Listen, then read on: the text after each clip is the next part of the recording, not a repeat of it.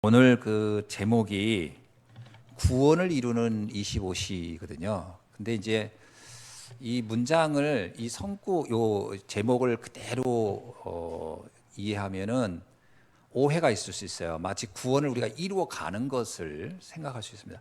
그런 뜻이 아닙니다. 우리가 구원을 이루어 가는 게 아니고요. 구원은 하나님의 은혜로 되는 거죠.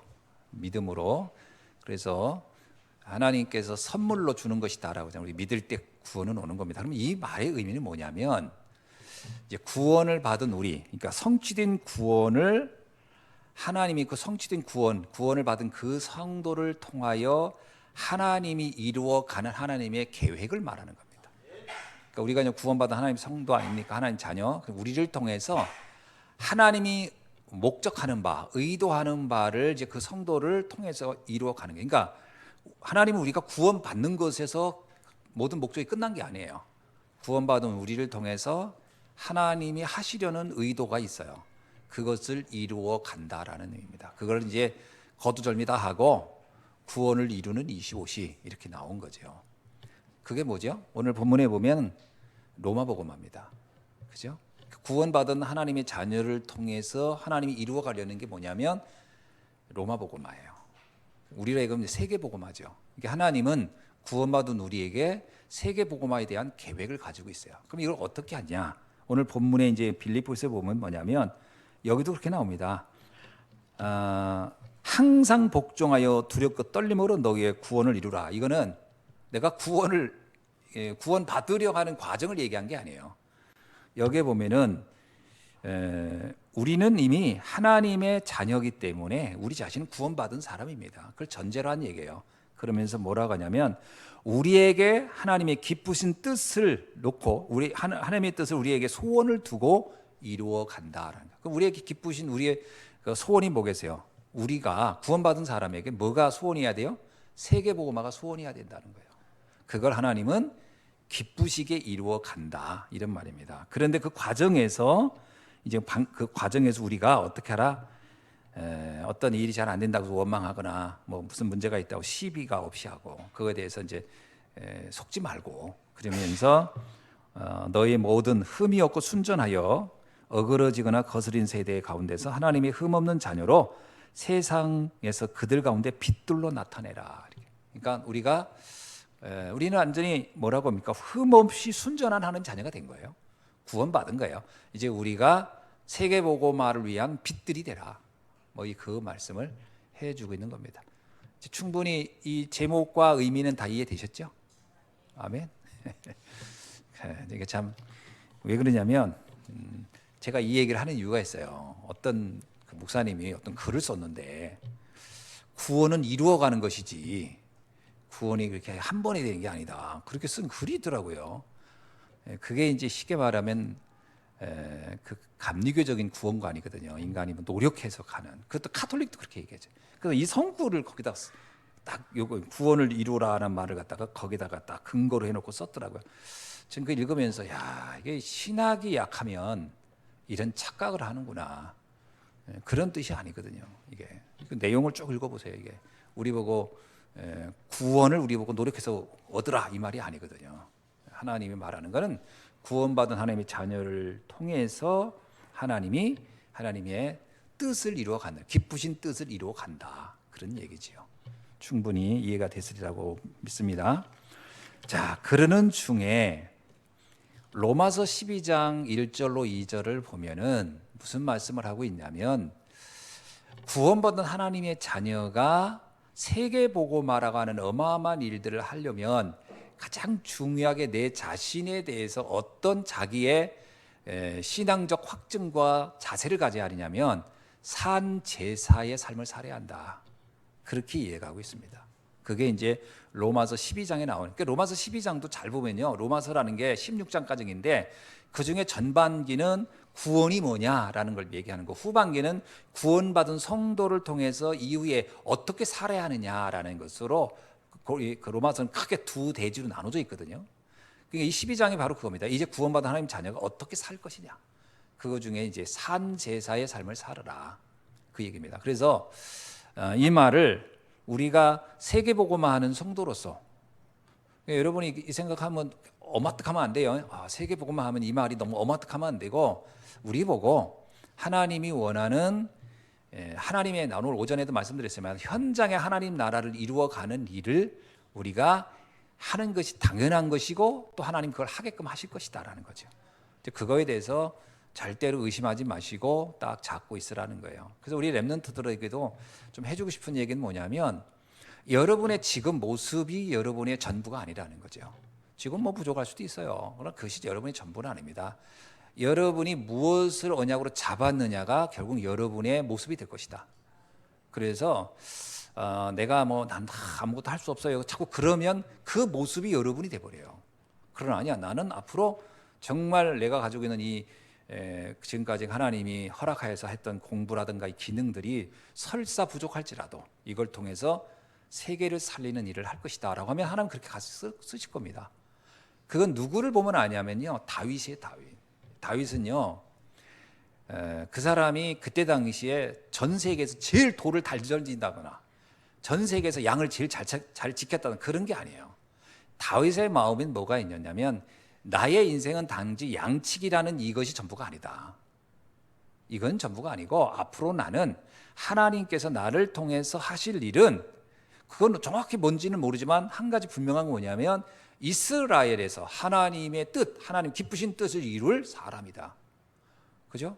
마치 요셉이 해와 달과 별이 나에게 절을 하고 각 모든 곡식단이 나에게 절을 했다, 이 말은 그게 구체적으로 정확하게 뭐다라는 걸 몰라도 분명히 나는 단지 목동의 아들로서 살다가 갈 사람은 아니다. 하나님은 뭔가 나를 통해 전 세계를 살릴 일을 하시겠구나. 이걸 잡은 거죠. 정말 그러는데 25가 온 거예요. 25는 왜 나의 시간이 아니에요. 하나님의 시간이란 말이에요. 하나님이 처음부터 요셉에게 넌 총리 되라 이렇게 미리 계약을 한 게 아니에요. 그러나 하나님은 그가 세계를 살리는데 총리가 필요하니까 그 자리에 그를 앉힌 거죠. 이런 식으로 우리가 어떤 언약을 잡느냐가 답니다. 그러니까 여기 이거를 사단이 자꾸 우리를 이걸 못 잡게 해요. 어떻게 못 잡게 되죠? 지금 보이는 모습이 전부인 내가 전부인 것처럼.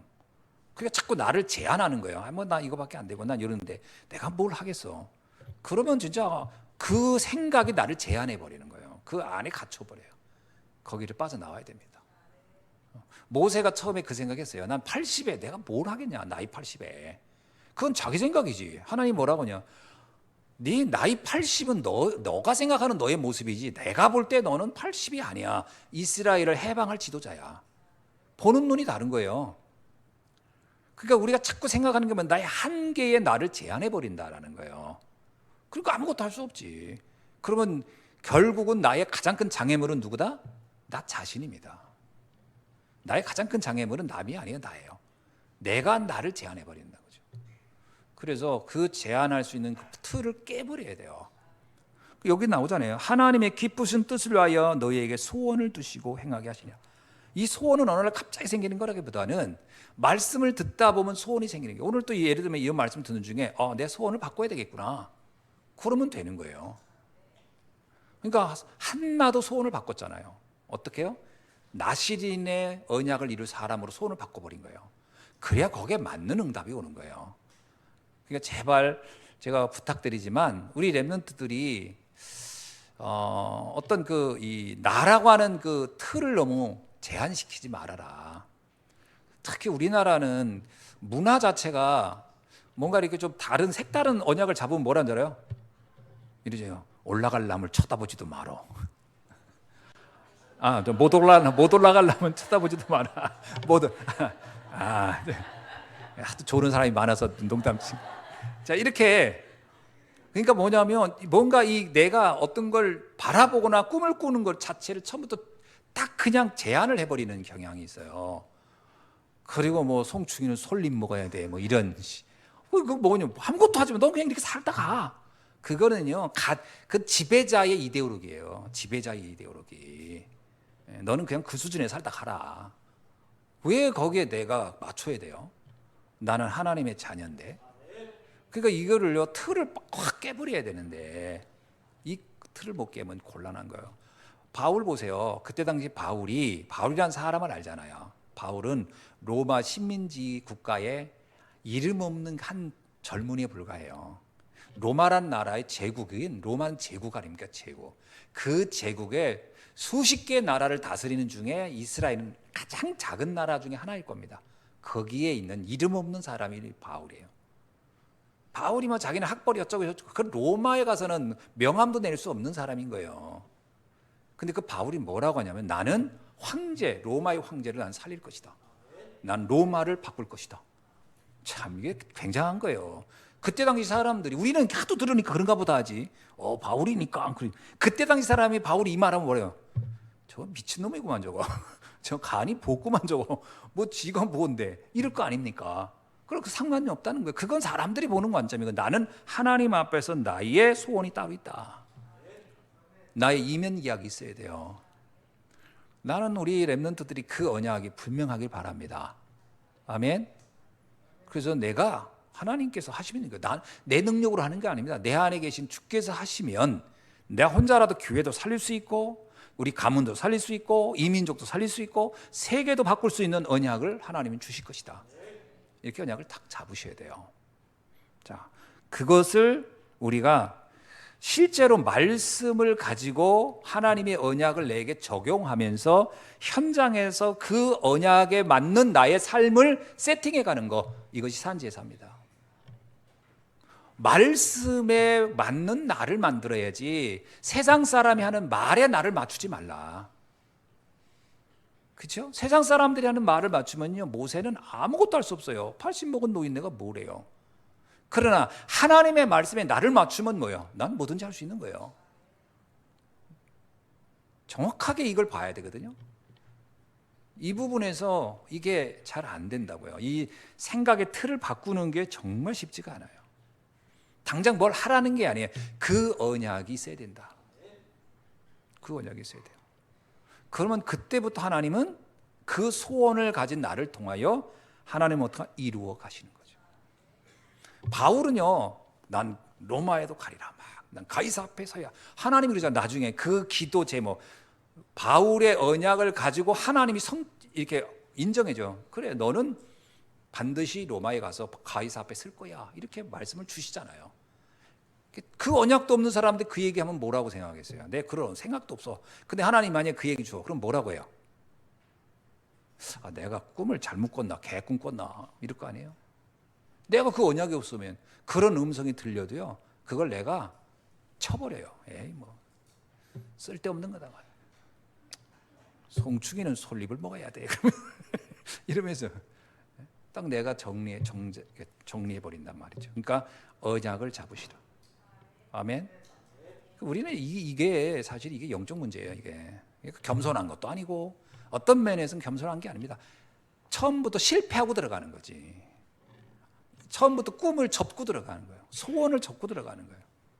그러지 말으라는 거예요, 절대로. 자, 그래서 우리에게 하나님의 말씀이 기준이 되라. 그죠?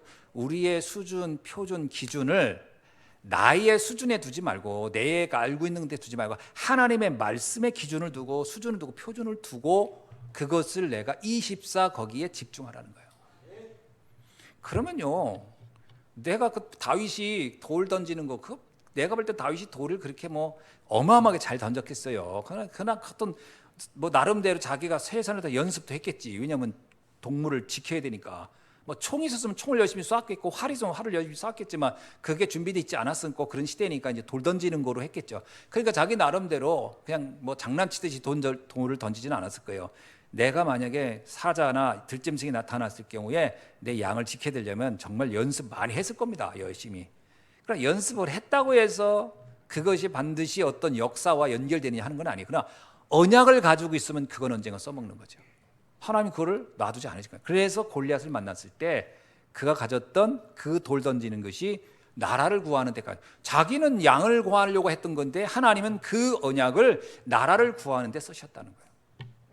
자, 보세요. 그럼 내가 가지고 있는 기능이 어떤 선뜻 보면 아주 작고 볼품없을 수 있어요. 그럼 하나님이 그 언약이 명확하면 그건 상상할 수 없는 곳에 그 언약을 갖다 하나님이 쓰실 것이다. 그런 언약과 믿음이 있어야 됩니다. 자, 그래서 나의 삶 속에서 이 말씀을 여러분이 실제로 누려라는 거예요. 그것을 산 예배다, 산 제사라고 한다는 거예요. 근데 이게 실제 삶에서 누린단 말이 의외로 쉽지 않아요. 삶은 어떠냐면요, 삶은 나를 세상의 기준으로 평가를 해요. 만약에 다윗의 입장에서 한번 생각해 봅시다. 다윗이 그렇게 하면서 나는 하나님 분명히 언젠가 세상을 향하여 하나님이 쓰실 날이 있을 거야. 하나님 그날을 위해서 내가 지금 나름 기도하면서 나는 가고 있어라고 했을 때 사람이 됐을 거야. 분수를 알아라, 분수를 이놈아. 자, 그럼 그런 말에 내가 어떻게 삶에서 말씀을 적용하기 쉽지 않아요. 그러면 그 말에 내가 내 생각과 꿈을 접을 수가 있다. 그러지 말라는 거예요. 내 삶에서 하나님의 말씀을 완벽하게 의지하라. 그렇죠? 사람들 속에서도, 사건들 속에서도 그 말씀을 믿으라는 거예요. 이게 나의 산 예배가 되고 산 제사가 될 것이다. 특별히 우리에게 주시는 말씀 중에 이건 굉장히 중요한 건데 뭐냐면, 그러면 그렇게 언약을 잡고 있으면 바로 어떤 결과가 나타나야 될 텐데 어떤 결과가 없을 수 있다라는 거예요. 아니, 난 그래 언약 잡았어요. 그리고 내가 언약도 있어. 그랬더니 그 다음에 오는 게 여러 가지 문제는 계속 오고 뭔가 변화되는 건 없다. 그렇다고 해서 그 언약을 포기하거나 그것에 불신앙하지 말라라는 거예요. 이게 이제 우리가 넘어야 두 번째 장애물이에요. 두 번째 장애물은 우리도 모르게 어떤 언약을 잡으면 당장 어떤 결과를 기대하는 우리의 수준이 있단 말이에요. 근데 보세요. 이사야서에서 분명히 말해요. 우리의 생각하는 것보다 하나님은 훨씬 더 커요. 우리의 응답보다 하나님의 응답은 훨씬 크단 말이에요. 그죠? 요셉은 어쩌면 총리 정도는 아니고 그냥 뭐 애굽에서 뭐 이렇게 좀 나름 이렇게 노예처럼 살지 않으면서 좀 지내면서 신앙생활 잘하고 이렇게 생각했을는지도 몰라요. 그죠? 그러나 그에게 온 결과는 총리라는 자리를 통해 세계를 살리는, 그건 자기가 생각했던 게 아니잖아요. 하나님의 계획은 아무도 몰라요. 근데 문제는 뭐냐면 당장 무응답이 왔다고 해서 거기에서 낙심하지 말아라. 우리는 너무 그 조급함이 있는 거예요. 그래서 오늘 오전에 나왔잖아요. 하나님 나라. 그거는 한 씨앗을 심은 거와 같은 것이다. 씨앗이 심어진 게 맞다면 기다리라는 거예요. 그래서 하나님 나라의 특징 중에 하나가 기다리라는 거였어요. 진짜 하나님의 말씀과 언약이 맞으면 그걸 붙잡고 포기하지 말고 기다리라는 거예요. 때가 되면 나 여호와가 속히 이루리라. 중요한 것은 사실은 믿음입니다. 히브리서 11장 1절에 뭐래요? 믿음은 바라는 것들의 실상이요 보지 못하는 것들의 증거니라. 그 믿음을 가진, 그 언약을 잡았다는 것 자체가 사실적으로 어느 날 하나님은 이루어 가실 것이다 라는 거예요. 그 때를 모를 뿐이지 반드시 그날이 온다는 거예요. 사실 바울이 로마복음화 언약 딱 잡았습니다. 그럼 로마복음화 바로 됐나요? 안 됐어요. 하나도. 언제 됐습니까? 바울 이후에 한 300년 지나서 된 거란 말이에요. 그러니까 반드시 된 거잖아요. 당장 내 눈앞에 돼야 되는 게 뭡니까? 그 다음 시간표도 있는 거예요. 그래서 무응답이라는 것이 무응답이 아니다. 그것이 어쩌면 내 그 언약을 잡고 있는 그 여정이 응답이다. 잊지 않아야 됩니다. 아멘. 자, 그러는 중에 이제 우리가 산제사라고 하는 이것이 도대체 정확하게 뭘 의미하느냐라고 할 때, 요셉의 경우라든가 모세의 경우, 이건 뭐 쉽게 말하면 이건 초대교회에 주신 메시지잖아요. 초대교회에 주셨던 메시지 이전에 있던 사람들이 어떠냐? 그 사람들도 마찬가지예요. 말씀을 현장으로 가져간 사람들은 다 승리했다는 거예요. 말씀을 현장으로. 그러니까 쉽게 말하면 현장에서 말씀을 실제적으로 누린 사람들, 이렇게 말하는 게 맞아요. 요셉은 정말 내가 보면요, 그 아버지 야곱의 가장 큰 응답을 뭐냐면 자녀에게 어느 현장에 있든지 무너지지 않는 말씀을 각인시켜 준 게 내 최고의 응답이라고 봐요. 그러니까 요셉은요, 신기할 정도로 상황은 최악인데 그는 그 현장에서도 그 환경에 절대로 무너지지 않았다는 거예요. 이거보다 강한 게 어디 있을까요? 우리는 환경이 바뀌기도 전에 미리 무너지잖아요. 미리 겁먹고. 그러나 요셉은 그 상황이 왔는데 문제가 되지 않았어요. 이게 바로 말씀을 현장으로 가져가고 현장에서 누리는 비밀이다. 모세도 마찬가지고요. 요게벳이라는 사람도 마찬가지고. 사실은 제가 이게 보면은 아이들이 출산할 때 남자아이는 다 죽이라 그러잖아요. 그 애굽의 법에 의해서. 그 법에 의해서 이제 죽이라 하고 또 아마 그 산파들이 또 뭐 이렇게 나면 이제 남녀를 구분해 죽이기도 하고 뭐 그런 게 있었겠죠. 왜냐하면 그때 당시 산파는 성경에 나와 있는 그 사람만 하나만 있는 게 아니었을 테니까 전국적으로 다 있었을 것이니까요. 근데 내가 가장 이렇게 보면서 느낀 게 뭐냐면 희망을 보지 못한 부모들은 아이가 태어나면 산파가 죽이기 전에 자기 손으로 죽인 사람도 있었겠다. 그죠? 통곡하며 죽였겠지. 왜냐하면 하나님의 역사와 하나님이 하실 사실적인 말씀을 믿지 못하면 자기가 불신앙 속에 자기가 먼저 무너져 버리는 거죠. 그런데 요게벳은 어땠어요? 참 이게요. 아이를 낳아서 이 아이를 뭐 죽인다 이런 생각 자체를 안 해요. 나는 끝까지 이 아이를 살린다. 이게 끝까지 난 살려. 이게 굉장히 이게 사실은 단순하게 엄마의 모성이니까 안 그렇습니다. 모성이라는 것도 상황 자체가요. 키워서 죽을 살아날 확률이 없다 그러면 타인의 손에 죽느니 차라리 내 손에 죽어라. 그럴 수도 있어요.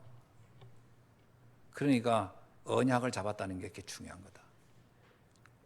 현장에서 어떤 상황이어도 하나님의 말씀은 성취된다는 언약이 있어야 된다. 이게 우리 성도들에게 정말 필요한 거 아니겠어요? 이 언약이 없으면 이 험한 세상을 진짜 살아가기가 쉽지 않아요.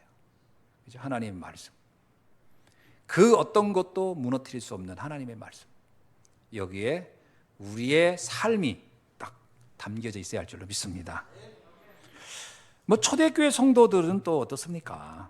초대교회도 참 만만한 건 아니죠. 초대교회도 그 시대에 그리스도를 믿는다는 것 자체가 완전 모든 삶에 고립이 되는 거잖아요.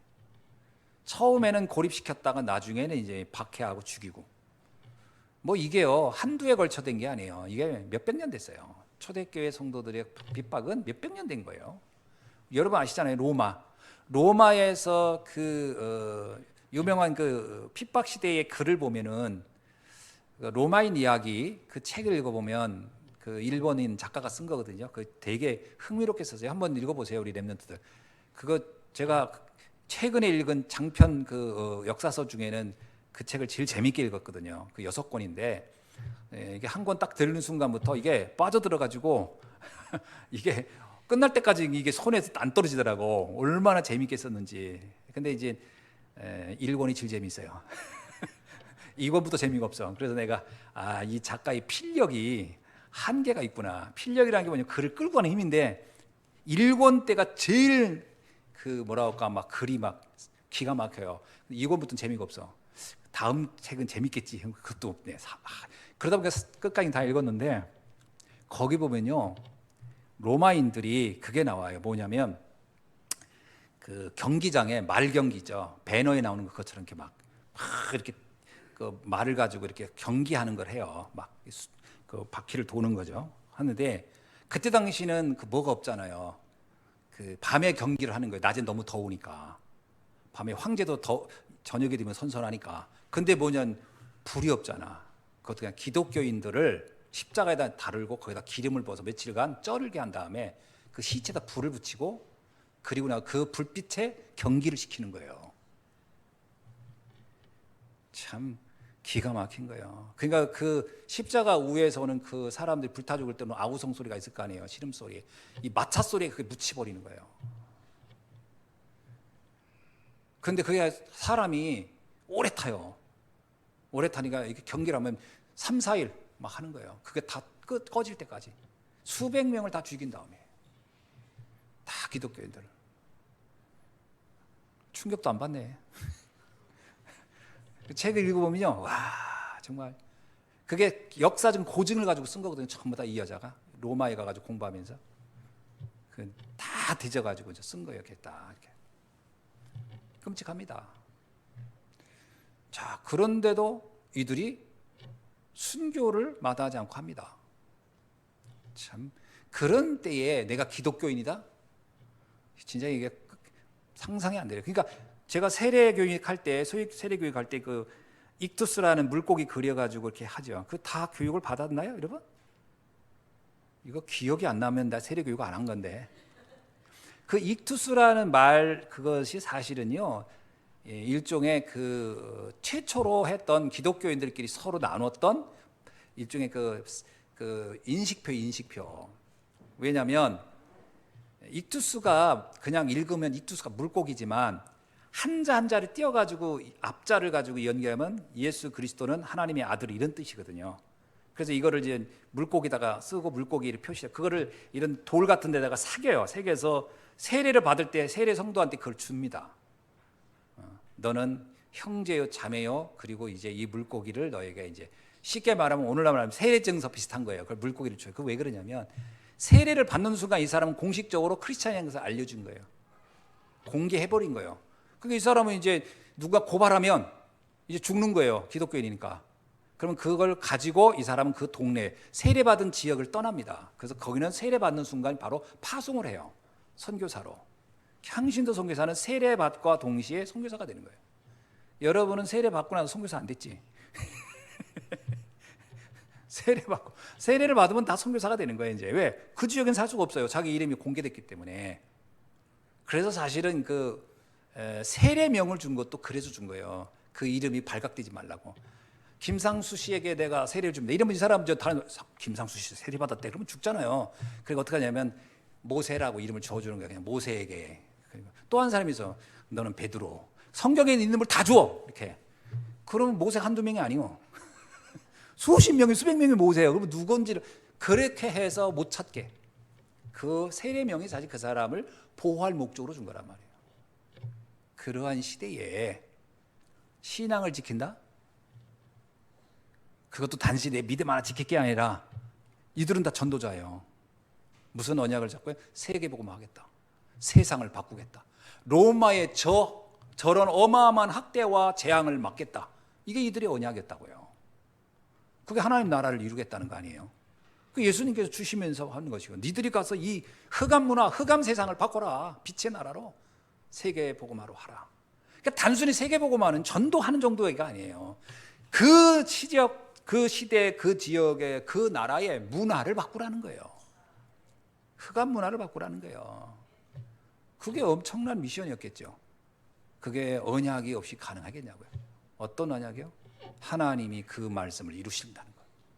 우리 힘으로는 불가능하죠. 초대교인들이 그때 당시는 사실 15나라 왔을 때 그 사람들은 그래도 제법 잘 사는 사람이라고 하지만, 보편적으로 성경의 기록을 보면 알지만 로마서 16장에 나오는 사람들의 거의 60%가 노예들이에요. 그럼 그 시대에 기독교인들은 다 하층민이 대부분이었다고 보는 거예요. 그 사람들의 힘으로 어떻게 세상을 바꾸겠어요? 세상 바꿀 힘이 있어요? 없지. 그러나 한 가지, 그들 가운데 계신 그리스도의 능력이 세상을 바꿨다. 이것도 언약이 있어야 되는 거죠.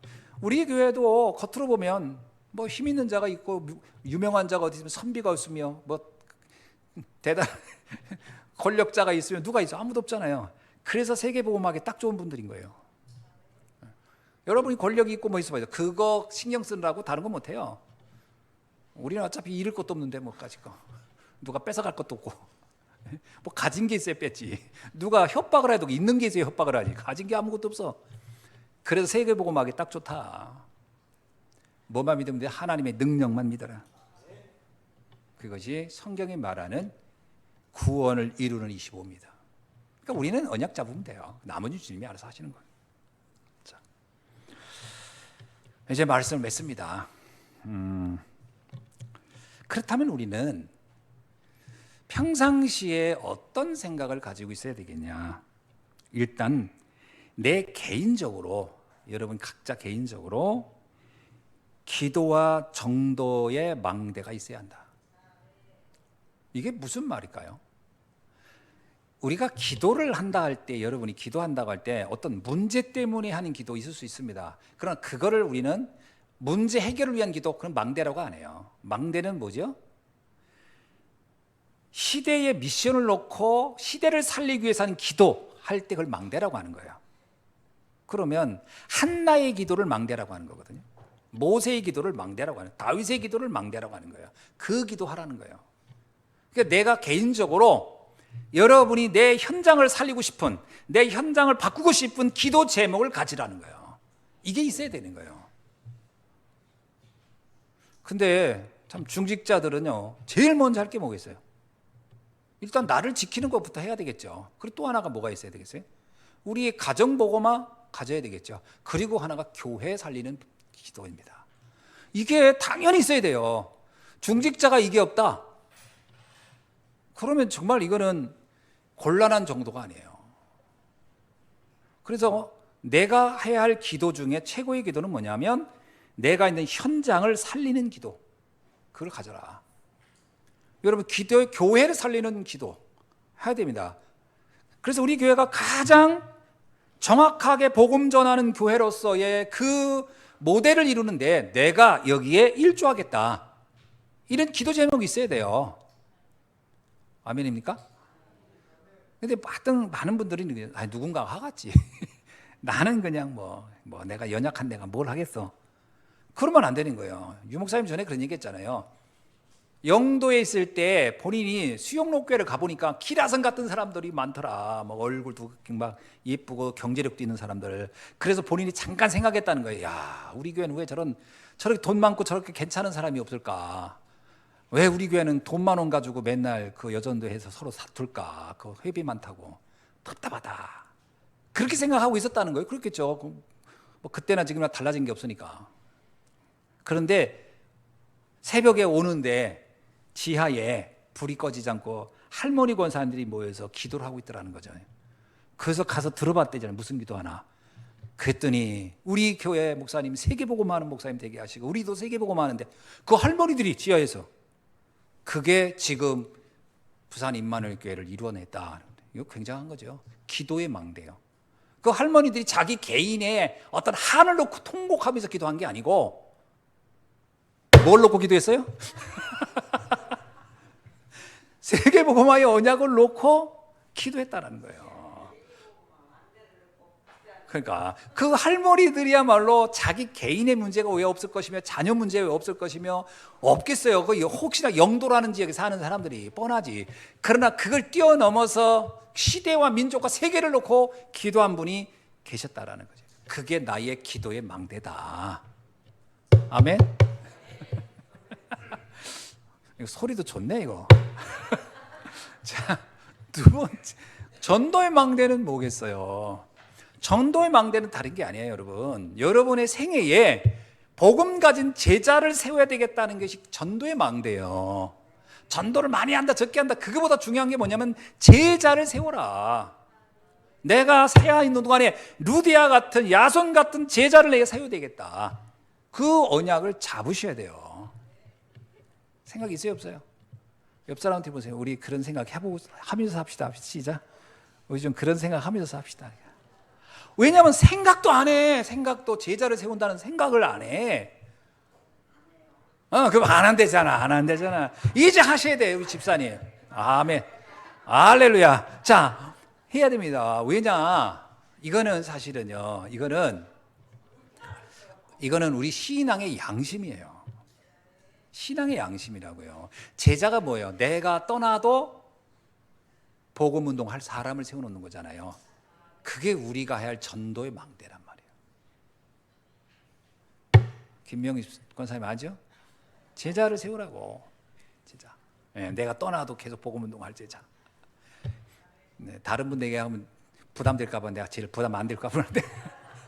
자, 이게 나의 전도의 망대다. 이해됐죠? 그게 있으셔야 돼요. 그러니까 지금부터 하나님, 여러분 우리 인생 길지 않아요. 내가 그래도 감사하게 이번에 우리나라가 만 나이로 바뀌더라고. 그래서 내가 만 나이로 되니까 진짜 감사한 게 내 59이야.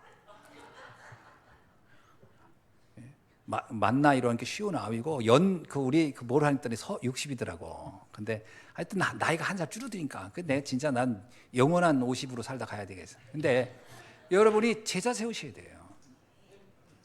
인생 금방 갑니다. 물론 나이 드셔서 제자 세울 수 있어요. 근데 일단 힘들어, 움직이려면. 내가 가만히 생각해 봤거든요. 이번에 이제 우리 그 금토일 시대에 아이들 같이 합숙하면서 메시지 이렇게 했는데 내가 강준수한테 할 사람 있냐 했더니 마땅치가 않다는 거예요. 내가 할게. 내가 작게. 근데 가만히 그러니까 허리 아파가지고 팔다리 용기가 안 나. 아이고야. 옛날 같지가 않네. 그랬더니 옛날엔 사모님이 했다는 거야. 그 내가 그때 나이하고 지금하고 나이가 같냐네. 이게 의욕은 앞서는데 몸이 안 따라가요. 이제 이게 안 돼. 이게 안 돼요. 내가 우리 청년들 데리고 등산도 하고 싶지. 근데 북한산 간다고 생각해봐. 근데 갔다 오면 며칠간 나는 알아 누울 건데 이게 마음은 그래도 이게 안 되는 거란 말이에요. 제자를 세우는 것도 한시라도 젊었을 때 하는 거예요, 여러분. 여러분 꼭 이럽니다. 나중에 되면요, 이제 입도 안 벌어져. 단어도 안 떠올라. 그리고 입도 새. 이제 그러다가 틀리끼기 시작하면 어떡할 건데. 한 살 젊었을 때 복음 전해라. 지금 제자 세우셔야 돼요. 지금 말 많잖아요. 입 열면 그냥 잘잖아. 이걸 조그만 방향을 틀어라. 그리스도를 전하는 거로. 그러면 제자 세울 수 있어요. 나의 전도의 망대를 가져라. 두 번째, 교회를 살려라는 거예요. 참 여러분, 교회에 대한 그림이 있나요? 여러분? 우리 교회에 대한 그림이 있나요? 그림이 있어야 돼요. 우리 교회는 어떤 교회일까? 여러분의 마음속에 그 그림이 있어야 돼요. 그러니까 사람이라는 것이 먼저 뭘 하고 싶기 이전에 상상을부터 하는 거거든요. 상상이 없으면 그걸 성취할 에너지가 안 생겨요. 여러분의 마음속에 어떤 교회상이 있나요? 이대로 쫓아오니 여기가 쫓아오니 초막셋을 짓고 살겠습니다 이겁니까? 아니에요. 세 가지 뜰 있는 교회에 대한 그림이 있어야 돼요. 자, 지금부터 한번 생각해 보세요. 다민족 사역을 한다. 그러면 다민족에 내가 맞나? 치유 쪽일까? 아니면 내가 후대 키우는 쪽일까? 생각을 해보세요. 방향을 세 가지로 놓고 그러면 나는 어느 쪽에 할까? 그래, 다민족이야. 근데 말은 아예 안 돼. 그럼 어떡하지? 지금부터 언어를 해? 나이가 많아. 그러면 생각을 해야지. 이 나이에 언어를 하느니 차라리 스마트폰을 잘 다루는 쪽으로 가자 할 수도 있을 것이고, 또 하나, 그럼 내가 음식은 좋아하고 잘할 수 있어. 그러면 이걸 가지고 내가 다민족을 하는데 뭔가 쓰임 받을 수 없을까? 이렇게 좀 내 방향을 잡아야 돼요. 그리고 내가 산업에 근데 나는 다른 건 뭔데 돈은 잘 벌어. 그러면 내가 이 경제를 가지고 이 다민족을 위해서 할 수 있는 게 뭘까? 이렇게 그쪽에 나의 그림이 있어야 된다니까요. 이게 아무런 그림이 없다? 그러면 뭐 어떻게 하자는 거예요? 그때 얘기 좀 해보세요. 어떻게 하자는 거예요? 아무 그림이 없으면 그냥 까맣게 치르고 갈 겁니까? 그래가지고 그게 그림이 있는 사람은 그걸 말하게 돼 있어요. 난 이런 거 하고 싶고 난 이렇게 할 거야. 그게 나의 꿈을 이루어가는 여정입니다. 그게 나의 CBDIP가 되는 거예요. 왜 그런 게 아무것도 없다는 것은 참 너무 슬픈 거예요. 랩런트들은 뭐를 어떻게 해야 됩니까? 그래, 그러면 지금부터 내가 도전한다. 가만히 보면 어떤 사람은 막 글쎄 언어를 막 5개씩 하는 사람도 있고 막 6개씩 하는 사람도 있어요. 그거 보면 야, 이거 진짜 이게 근데 그 보면 뭐 부담을 가지고 한 게 아니라 재미로 했대. 재미로. 이거 가능한 거구나. 여러분 지금 재미로 하면 돼요. 즐겁게 세계복음화위해서 한다. 다양한 민족을 내가 다 만날 거다. 시작을 하면 늦지 않아요. 근데 안 하니까. 왜 그게 무서워요? 누가 뭐 그 평가합니까? 평가 안에 점수도 안 주고 뭐 그런 거 안 해요. 그냥 하세요. 언약 잡고 이건 내 해야 되겠다. 지금부터. 치유도 마찬가지입니다. 치유의 핵심을 잘 보세요. 치유를 오해하지 마세요. 치유가 다 무너진 사람을 치유한다가 아니에요. 엘리트 치유입니다. 잘 보세요. 유목사님 메시지의 핵심은 엘리트들이 갈 데가 없다는 거예요. 치유가 물론 삶이 완전 무너진 사람도 있지만 이 3단체가 공략하는 사람은요, 완전히 무너진 사람들을 말하는 게 아니에요. 엘리트인데 갈 수 없는 사람, 어디 한데 자기 마음의 깊은 곳을 말할 수 없는 사람, 이들을 공략하고 있어요. 그러면 우리도, 그래서 이 치유 사역은 전문성이 있어야 된다는 거예요. 전문성이. 그걸 지금 놓고 기도하는 거예요. 저는 우리 랩런트들 지금 심리학하고 상담학 공부하는 친구들 이거요 그냥 하는 게 아니에요. 언약을 놓고 하는 거예요. 그리고 앞으로 이쪽 분야는 블루오션입니다. 아무도 그 이쪽은 점점 다른 기계가 다른 걸 다 해도 사람의 마음을 기계가 헤아릴 수는 없어요. 그리고 갈수록요 이게 지식 사회가 되고 갈수록 이게 그 뭡니까 고령화 사회도 이렇게 되잖아요. 그러면 경제는 있는데 마음은 공허하거든요. 그들을 공략해야 돼요. 어떻게 해요? 복음으로 답 주는 거예요. 그래서 그 재산이 3단체로 흘러가지 않도록 그 경제가 흑암으로 가지 않도록 그게 하나님 나라에 쓰일 수 있도록 해야 됩니다. 여러분 치유사역에 대한 그림 그리셔야 돼요. 지금부터 나는 앞으로 엘리트를 어떻게 회복시킬 것인가 아주 수준 높게 하셔야 돼요. 지금 명상하는 사람들 보세요. 내가 요번에 저기 시내 여기 천안 여기 뭐야 여기 내과 의원 갔더니 거기 명상센터 있잖아요. 그 위에 마음수련회 있죠. 거기 그 엘리베이터 뭐라고 쓰는지 아세요? 방구석 명상. 방구석 명상에 무슨 얘기냐면 이제 찾아가서 집집마다 방문해서 명상하는 걸 알려주겠다는 거예요. 그게 방구석 명상이에요. 이제는 불러내다가 이제 찾아가겠다는 거예요. 참 이게 그 사람들도 기발하게 계속 말. 여러분 저기 서울 강남에 그 뭐죠 그 불교 사원 엄청 큰 데 있죠. 갑자기 생각 안 나네. 조계종 그 엄청 큰 데 있죠. 거기 가보셨죠? 그 바로 앞에 엄청나게 큰 빌딩이 있어요. 그 빌딩이 뭔지 아세요?